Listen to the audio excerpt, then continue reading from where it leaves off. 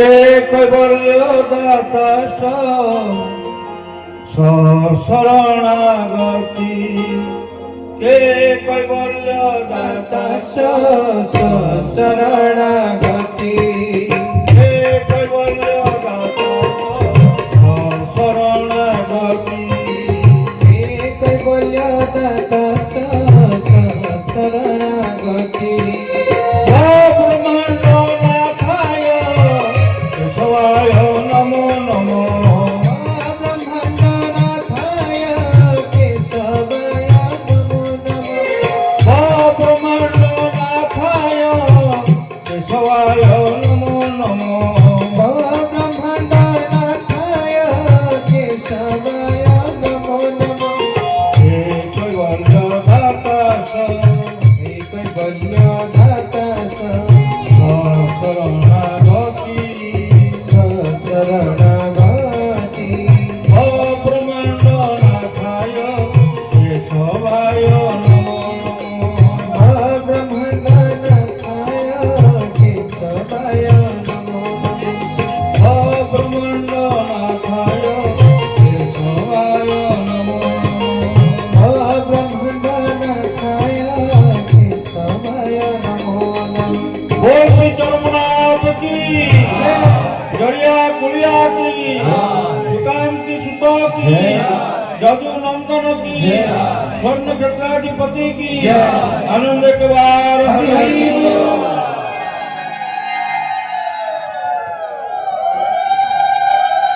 प्रभुंकर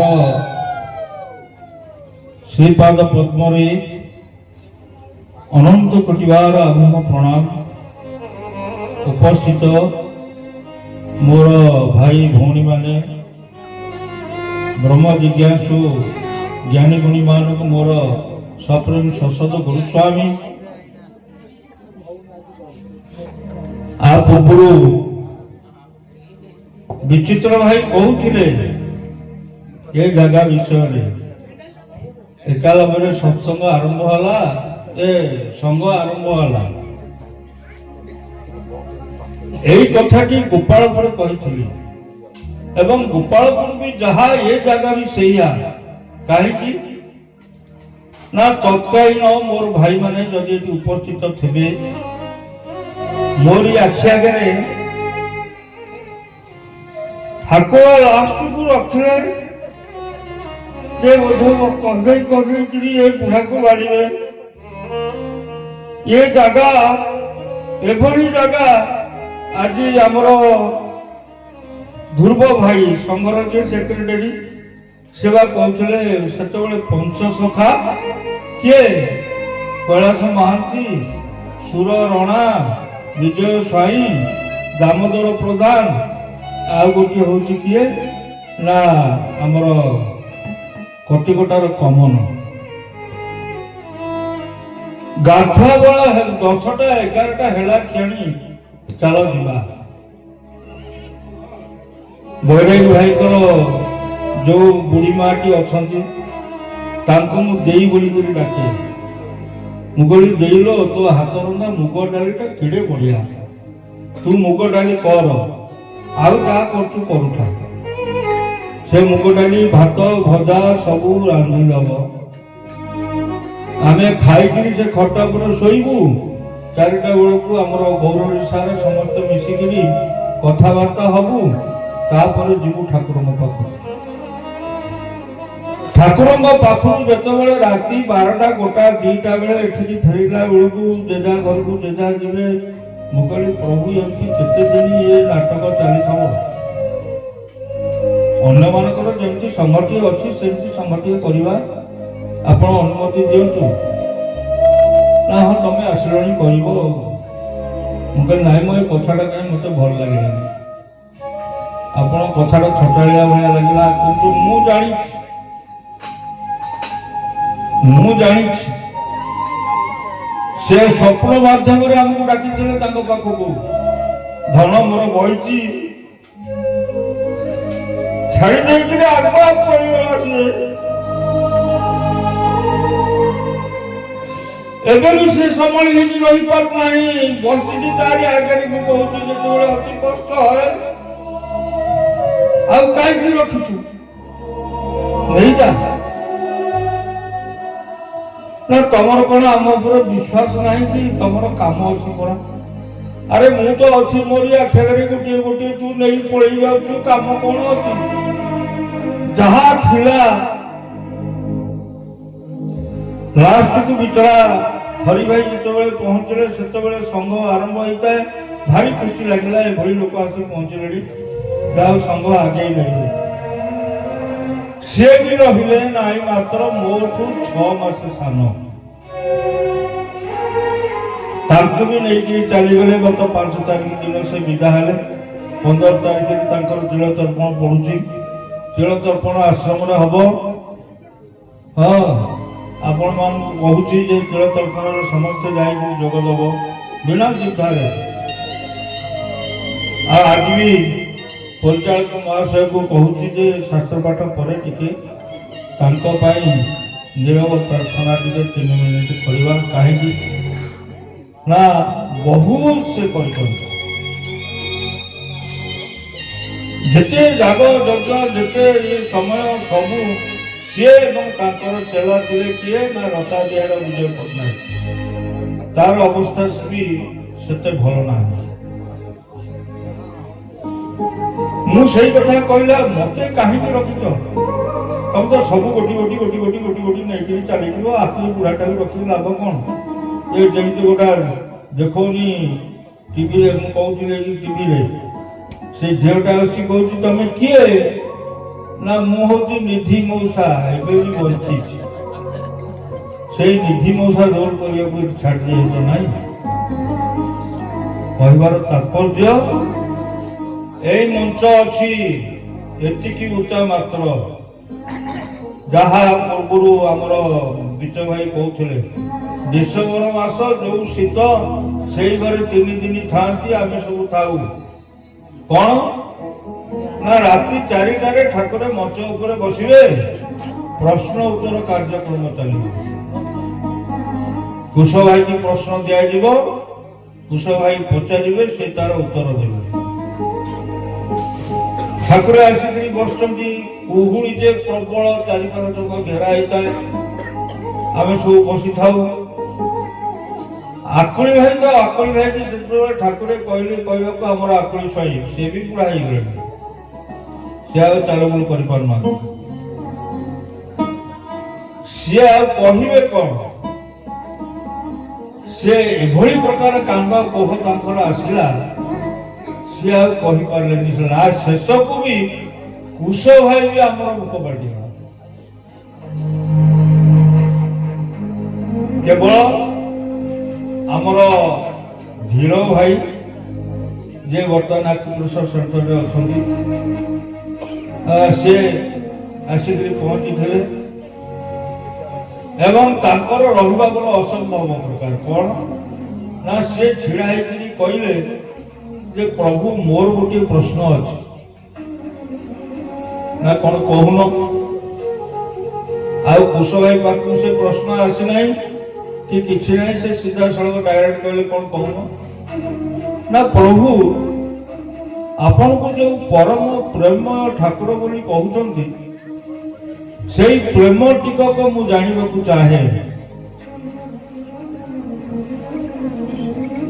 ନା ଗୋଟାଏ ମୁହୂର୍ତ୍ତରେ ତମେ ଜାଣିବ, ଯାଇପାରିବ କି? ନା ହଁ ପ୍ରଭୁ ମୁଁ ଏଇଠୁ ଯିବି। ଆଉ ସେ ବି ସତ୍ୟ। ଏଇ ପ୍ରହ୍ଲାଦପୁରରୁ ସେ ଯାଇଛନ୍ତି, ଆଉ ସେ କୋଉଠିକି ଫେରି ନାହାନ୍ତି। ଏବଂ ତାଙ୍କର ଫ୍ୟାକ୍ଟ୍ରି ଥିଲା, ସେ ଫ୍ୟାକ୍ଟ୍ରି ଗଲା। ସେଇ ଗୋଟିଏ ବନ୍ଧା ହେଇକି ରହିଲେ। କିନ୍ତୁ ଏ ଜାଗା ଉପରେ ଆଉ ବର୍ଣ୍ଣନା କରିବାର କିଛି ନାହିଁ। ଠାକୁର 3 ଦିନ ଯାକ ଏଠି ରହି ଯୋଉ ପ୍ରକାର, ଇଏ ତ ମାନେ ବିଚ ଭାଇ ତ ଆମର କହିଲେ ପୋଖରୀ କଥା। ସେତେବେଳେ ବୋଧେ ମୁଗ ପାଣି ନାଳରେ ଏଇ ଯୋଉ ଛୋଟିଆ କେନାଲ ଦେଖୁଛ ପାଣି ଚାଲିଥାଏ।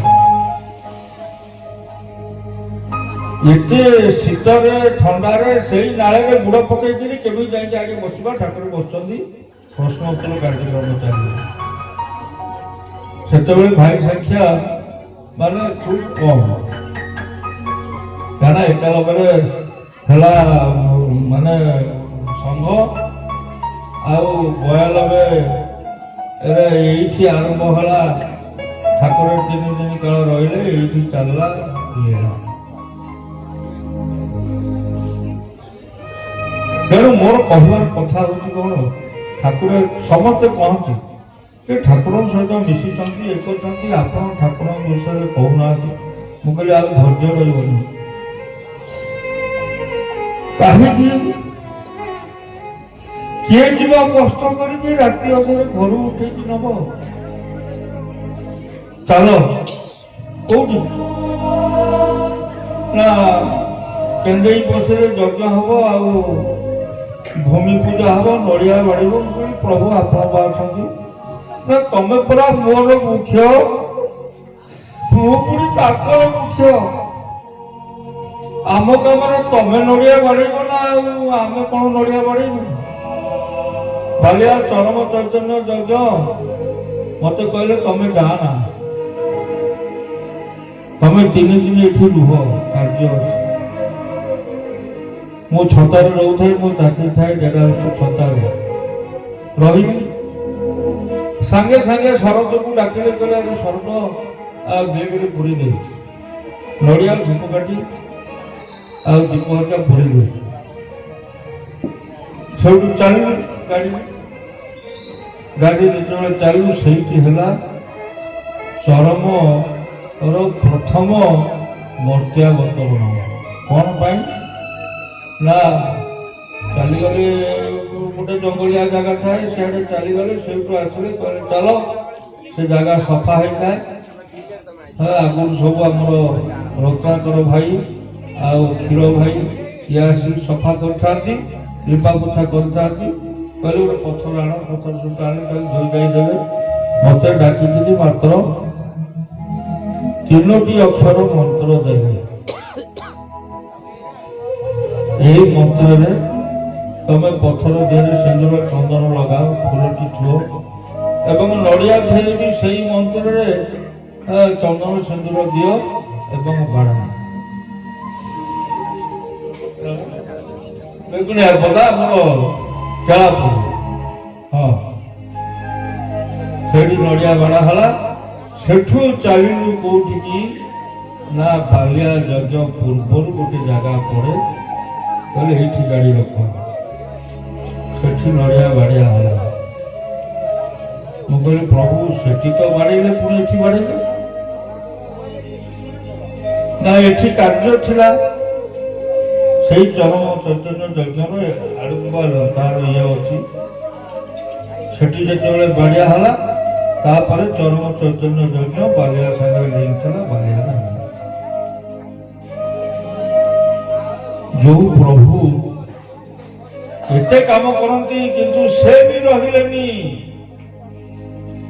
ବସିକିରି ଦୁଃଖ ସୁଖ ହେଲା ବେଳେ ଏମିତି ପଢୁ ଆମର ନିପୁଦା, ଅଶ୍ୱିନୀ ମହାନ୍ତି, ଦାମ, ମୁଁ ବସିଥାଉ ଠାକୁରଙ୍କ ପାଖରେ।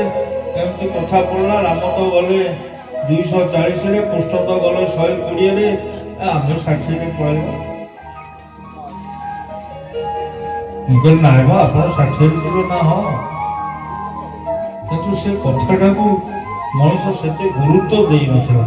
ଗୁରୁତ୍ୱ ଦେଲେ ବି କଣ ଲାଭ ଅଛି? ସେ ତ ସେଇ 60ରେ ଗଲେ। କିନ୍ତୁ ଦୁଃଖ ଲାଗୁଛି କାହିଁକି, ବର୍ତ୍ତମାନ ମୋ ଭାଇମାନେ ଆସ୍ତେ ଆସ୍ତେ ଯୁଆଡ଼କୁ ଗତି କରୁଛନ୍ତି, ସେଇ ଗୋଟାକୁ ଦୁଃଖ ଲାଗୁଛି। ବସିଛି, କହିପାରିଲେ କଣ, ନ କହିପାରିଲେ ଥା। ପ୍ରଭୁ କହିଦେଲେ ମଣିଷର ଶତ୍ରୁ କିଏ? କଥା। ବୃକ୍ଷର ଶତ୍ରୁ କିଏ? ମୁଁ କହିଲି ବୃକ୍ଷର ଶତ୍ରୁ ନା ଲତା? କଥା ହିଁ ମଣିଷକୁ ଶତ୍ରୁ କରେ ଏବଂ ଲତା ହିଁ ବୃକ୍ଷକୁ ମାରେ। ତେଣୁ ଯେତେ ପ୍ରକାର ଯାହା କହିଲେ ବି ସୁଦ୍ଧା ସନ୍ଦେଶ ପତ୍ରକୁ ଆମେ ପାଠ କରୁଛୁ, କିନ୍ତୁ ଅଭ୍ୟାସ କର୍ମ ଧାରା କେତେ ଜଣ ଭାଇ କରୁଛନ୍ତି? ଏଭଳିଆ ଠାକୁରଙ୍କୁ ପାଇଥିଲି ଯାହାକି ମୁନି ଋଷି ମାନେ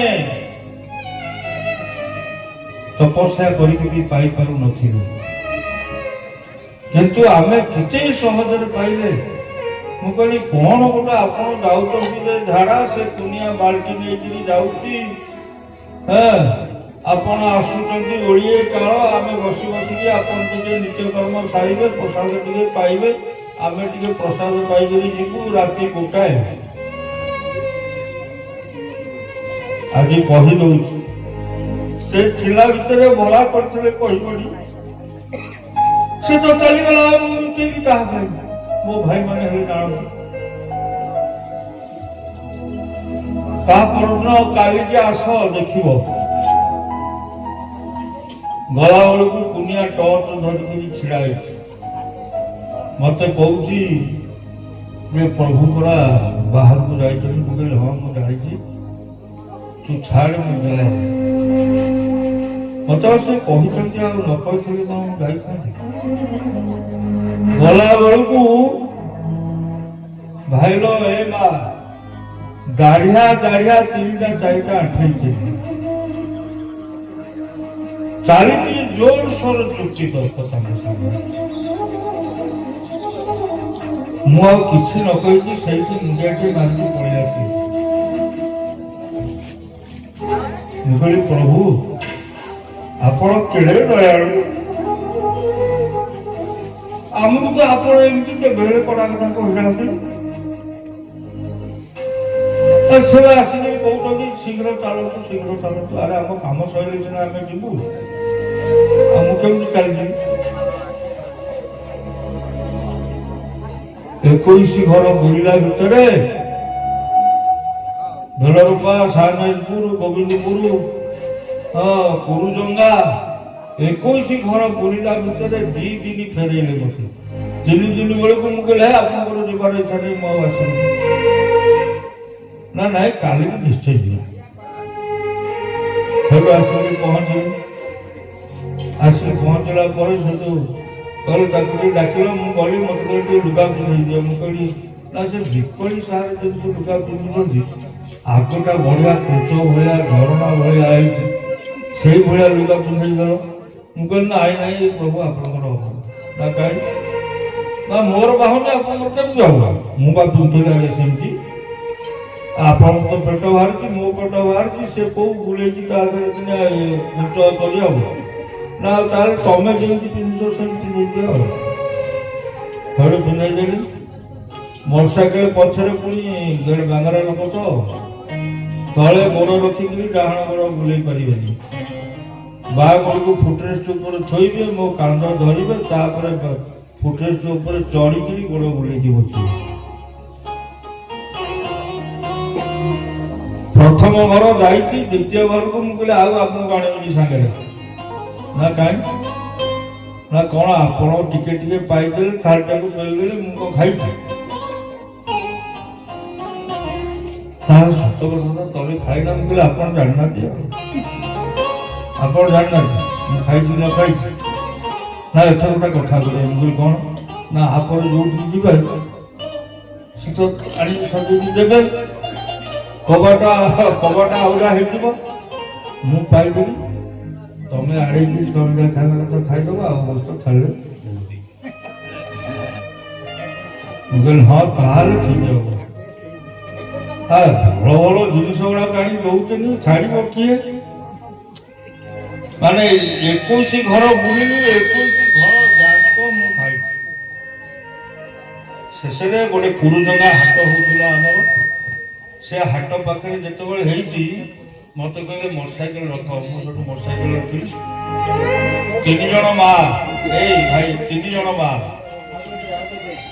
ମାନେ ଶୁକ୍ଳ ବସ୍ତ୍ର ପିନ୍ଧିକିରି ସେ ପଡ଼ିଆରେ ହାତ ଯୋଡ଼ିକିରି ମୁଣ୍ଡରେ ଓଢ଼ଣା ଦେଇକିରି ଆଣ୍ଠେଇକିରି ବସିଛନ୍ତି। ସେଠୁ ଠାକୁର କହିଲେ ଲାଇଟଟା ଟିକେ ସାଡ଼କୁ ଦଉନା। ସେଠୁ ମୁଁ ହ୍ୟାଣ୍ଡେଲଟା ଏମିତି ବୁଲେଇ ଦେଲି, ଲାଇଟଟା ପଡ଼ିଲା। ସିଟି 100 ସେତେବେଳେ ନୂଆ ବାହାରିଥାଏ, ଟଙ୍କା 20,000 ତା ଦାମ। ସେଇଥିରେ ଆମେ ଚାଲିଥାଉ 2 ଘଣ୍ଟା। ଠାକୁର ତାଙ୍କର ପଛରେ ବସିକିରି ସେମାନଙ୍କୁ କଣ ସିମ୍ବଲ ଦେଲେ ସିଧା ସେ 3 ଜଣ ପ୍ରଣାମ କରିକିରି ସିଧା ଉପରକୁ ଉଠିକିରି ଗଲେ। ମୁଁ କହିଲି ପ୍ରଭୁ ସେ 3 ଜଣ କିଏ ସେ? ନା ସେମାନେ ଅଭିଶପ୍ତ ଥିଲେ ଆଜି ମୁକ୍ତ ହେଲେ ଏବଂ ତାଙ୍କ ନାଁ ବି କହିଥିଲେ। ହତଭାଗା ଏ ଚାଳ ଘର ଯେତେବେଳେ ଥିଲା ବହୁତ ମାଳିକା ବହୁତ ଠାକୁରଙ୍କର ମାନେ ଲେଖା ଆଉ ଠାକୁରଙ୍କୁ ପଚାରିକି ତାଙ୍କଠୁ ଆଦାୟ କରିବା ଥିଲା, ସେଗୁଡ଼ା ସବୁ ପଡ଼ି ନଷ୍ଟ ହେଇଗଲା।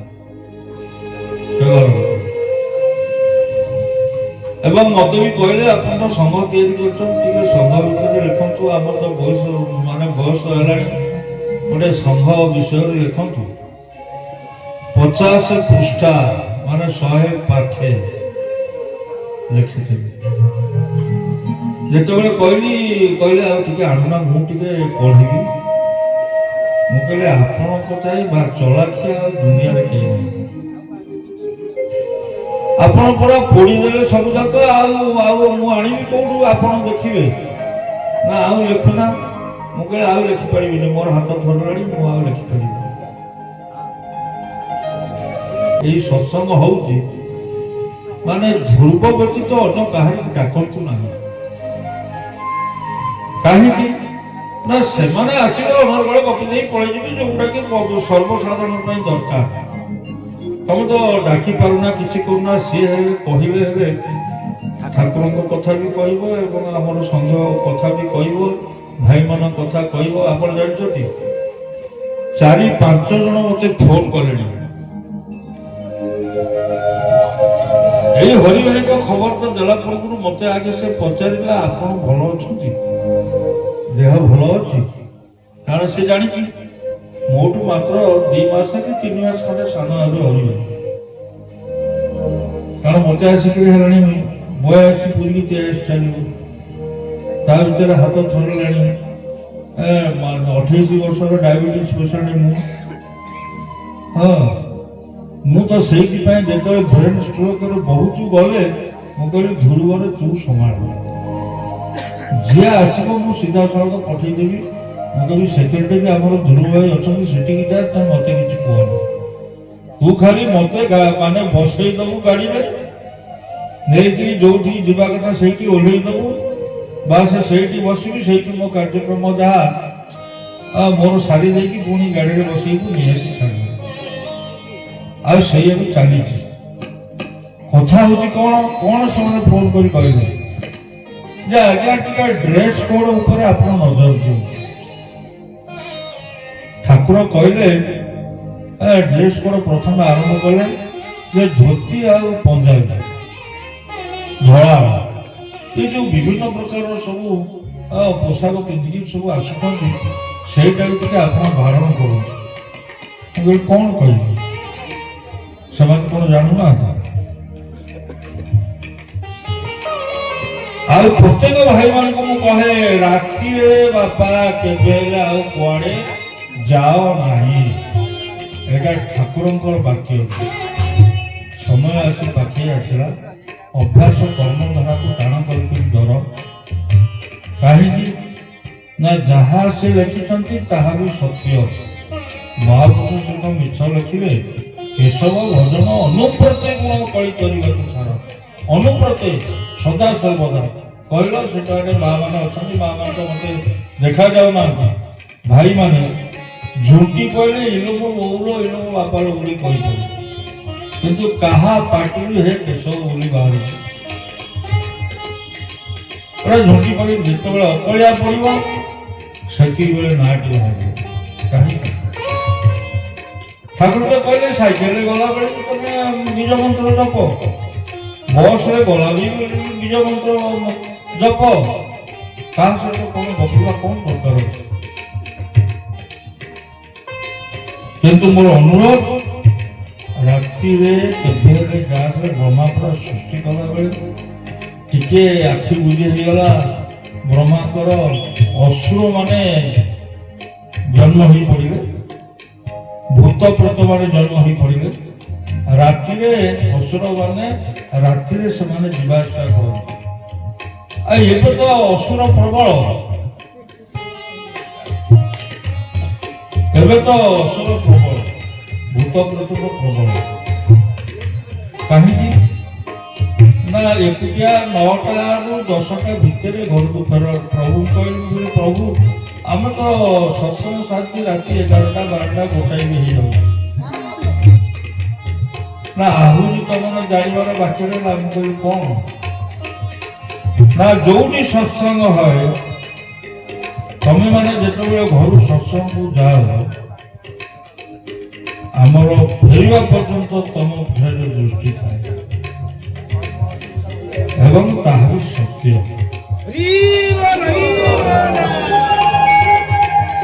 ହଁ, କେହି ତମର କିଛି ମାନେ କ୍ଷତି କରିପାରିବେ ନାହିଁ, କାହିଁକିନା ଆମେ ସବୁବେଳେ ଘରେ ପହଞ୍ଚିଲା ପର୍ଯ୍ୟନ୍ତ ଦୃଷ୍ଟି ଦେଇଥାଉ। ମୁଁ କହିଲି ଏପର୍ଯ୍ୟନ୍ତ କ'ଣ ଆପଣ ଚେଇଁକି ରହନ୍ତି ନା ଆଉ ଚେଇଁକି ରହିବେନି? ତମେ ଦେଖ ପ୍ରତ୍ୟେକ ଜାଗାରେ ଏଠି ଆଜି ସତ୍ସଙ୍ଗ ହଉଛି ପ୍ରହରାଜପୁର, ଆମର ଏତିକି ଭାଇ ଭଉଣୀ, ଆଖପାଖରେ ଭାଇ ଭଉଣୀ ମାନେ ନାହାନ୍ତି? ମୁଁ ତ ବାରମ୍ବାର ପ୍ରତ୍ୟେକ ଜାଗାରେ କହି ଆରେ ସତ୍ସଙ୍ଗରେ ନିମନ୍ତ୍ରଣ ଖୋଜନା, କାରଣ ଠାକୁର ପରେ ନିଜେ ସତ୍ସଙ୍ଗ ବାଣୀ କହିଲେ ସତସଙ୍ଗ ଅଟେ ଭକତ ମେଳା, ଏହାକୁ ହୁଡ଼ିଲେ ବୁଡ଼େଇ ବେଳା, ସତସଙ୍ଗ ଅଟେ ମୋର ନିବାସ, ସତ୍ସଙ୍ଗ ନ କରେ କାଳ ପ୍ରବେଶ। କିନ୍ତୁ ତା ପୂର୍ବରୁ ସେ କହିଛନ୍ତି କଣ, ଡାକେ ନ ଡାକେ ଯାଏରେ ଯାଇ, ସତସଙ୍ଗ ମଧ୍ୟରେ ପହଞ୍ଚେ ଯାଏ। ସଭା ଶେଷରେ ଲେଖିଦେଲେ ଧନରେ କି କର୍ମ କରିବୁ, ସମୟ କାହିଁ ସତସଙ୍ଗ ଅଟେ ତାରଣ। ତୁ କିଛି ନ କର, କଟିକଟା ପାଶାଇ ଘର ସେ ବୁଢା ବୁଢୀ ଗଲେଣି, ଯୋଉଠି ସତ୍ସଙ୍ଗ ହବ ସେ ବୁଢା ବୁଢୀ 2 ଜଣ ଯାଇଥିଲେ ଉଦୟପୁର ଅନା, କଟିକଟାକୁ ଅନା। ସେ ବୁଢା ବୁଢୀ ଉଦୟପୁରରେ ସତ୍ସଙ୍ଗ ହେଲେ ଉଦୟପୁରକୁ ବି ଚାଲି ଚାଲିକା ଯାଆନ୍ତି, କିନ୍ତୁ ତାକୁ ଧରିଲେ କିଛି ଭୟ କରିବାର ନାହିଁ। ମୁଁ ମୋରି କଥାରୁ ଜାଣିଛି। ଭୁବନେଶ୍ୱର ଯାଇଛନ୍ତି ଆଉ ଧର ମୋର ଫେରି ନାହିଁ, ହଠାତ୍ ଡାକିଦେଲେ କହିଲେ କୈଳାସକୁ ଡାକିଲ। ମୁଁ ସବୁ ଗଲି, ମୁଁ କହିଲି ପ୍ରଭୁ ନା ତମକୁ କଣ କହିଥିଲି ମନେ ଅଛି? ମୁଁ କହିଲି କୋଉଠି ଭୁଲ ହେଇଗଲା କି? ନା ନାଇଁ ମୋ କଣ କହିଥିଲି ତମକୁ? ମୁଁ କହିଲି ହଁ ମତେ ଯୋଡ଼ିଏ କଥା ଆପଣ କହିଥିଲେ, ଜାତିର ବାଡ଼ ଭାଙ୍ଗିବ, ତମର ତ କରଣ ଘର କଥା, ଖାନଦାନ ବୁନିୟାଦୀ ଘରର ଲୋକ, ସେ କାହାକୁ ଘୃଣା ପାଇବନି, ହଁ ଆଉ ସହି ପାରିକି ସଂଗଠିତ ନବ।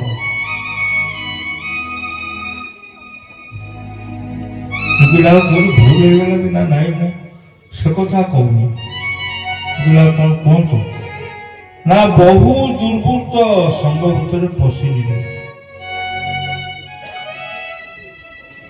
ସେ ଆଉ ଫେରି ନାହାନ୍ତି। ଶେଷ କଥାଟି କହିଦେଲେ।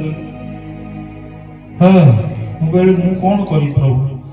ନା ତମେ ହଉଛ ସଂଘର, ଏମିତି କହିଲେ କଣ ସେଗୁଡାକ କହିବାକୁ ମାନେ ମୋର ଇଚ୍ଛା ହଉନି, କାହିଁକି ନା ଏ ଜାଗା କଥା ମନେ ପଡୁଛି, ତାଙ୍କ କଥା ମନେ ପଡୁଛି। ତମେ ପୁରା ସଂଘର ମାନେ ମୁଁ ସଂଘର ମାଲିକ, କେତେ ବଡ଼ କଥା। ଏବଂ ସେ କାହିଁକି କହିଦେଲେ ସେ କଥାଟା ମୁଁ ଜାଣିପାରିଲି ଯେତେବେଳେ ସେ ଆଉ ଫେରି ନାହାନ୍ତି। ବହୁ ଦୁର୍ବୃତ୍ତ ପଶିଲେ ଆ ଭିତରେ, କାହାରିକି କିଛି କହିବ ନାହିଁ, ବୁଝେଇବ, କହିବ। ହଁ, ଯଦି ତମ କଥା ନ ମାନନ୍ତି ତାଙ୍କ ଉପରେ ବିରକ୍ତ ହବନି କି ରାଗିବନି, ଇଆଡକୁ ଛାଡ଼ିଦେବ। ଇଆଡକୁ ବୋଲେ କୁଆଡକୁ? ତାଙ୍କରି ଆଡକୁ।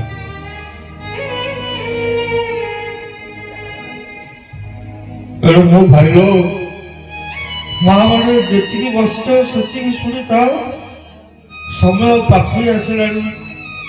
ସତ୍ସଙ୍ଗ ବ୍ୟକ୍ତ ଅକାରଣରେ ରାତି 9ଟା 10ଟା ଯାକେ ପଦାରେ ରୁହ ନାହିଁ। ଘରକୁ ଫେରି ଆସ ତା ପୂର୍ବରୁ ଏବଂ ଅହର୍ନିଶି ତାରି ନାଁକୁ ଜପିକିରି ଚାଲ। ଆସ, ଏତେ ଗପିଲେ ମଣିଷ ଗପୁଥିବ।